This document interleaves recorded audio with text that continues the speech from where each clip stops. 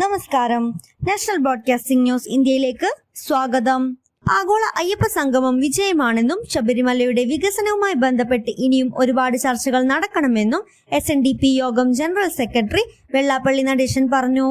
പമ്പയിൽ നടക്കുന്ന ആഗോള അയ്യപ്പ സംഗമത്തിൽ സംസാരിക്കുകയായിരുന്നു വെള്ളാപ്പള്ളി നടേശൻ. യുവതി പ്രവേശന കാലത്തെ സമരങ്ങളുമായി ബന്ധപ്പെട്ട കേസുകൾ പിൻവലിക്കണമെന്നത് ന്യായമായ ആവശ്യമാണ്. എന്നാൽ യുവതി പ്രവേശനവുമായി ബന്ധപ്പെട്ട് സർക്കാർ സുപ്രീം കോടതി നൽകിയ സത്യവാങ്മൂലം തിരുത്തണമെന്ന് വാശി പിടിക്കേണ്ട ആവശ്യമില്ല.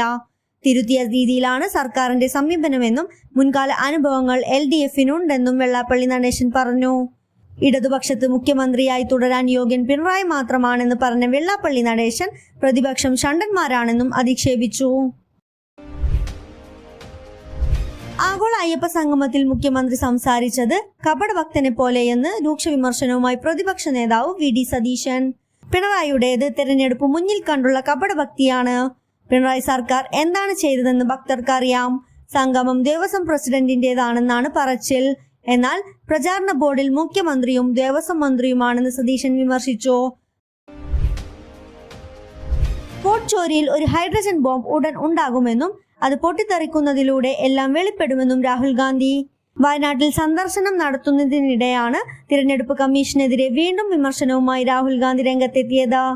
ആവർത്തിച്ചാവശ്യപ്പെട്ടിട്ടും തിരഞ്ഞെടുപ്പ് കമ്മീഷൻ വിവരങ്ങൾ നൽകുന്നില്ല. കർണാടക CIDക്ക് ജ്ഞാനേഷ് കുമാർ വിവരങ്ങൾ നൽകാൻ തയ്യാറാവുന്നില്ല.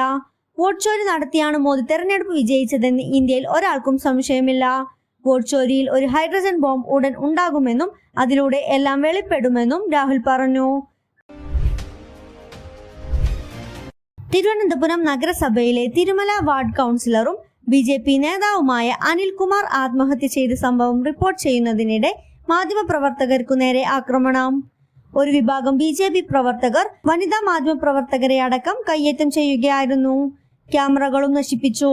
ഇന്ന് രാവിലെയാണ് തിരുമലയിലെ കൗൺസിലർ ഓഫീസിൽ അനിൽകുമാറിനെ തൂങ്ങി മരിച്ച നിലയിൽ കണ്ടെത്തിയത്. BJP നേതൃത്വത്തിനെതിരെ അനിൽകുമാർ എഴുതിയ ആത്മഹത്യാക്കുറിപ്പ് കണ്ടെത്തിയിരുന്നു. കൂടുതൽ അപ്ഡേറ്റ്സിനായി കാത്തിരിക്കുക. National broadcasting news India.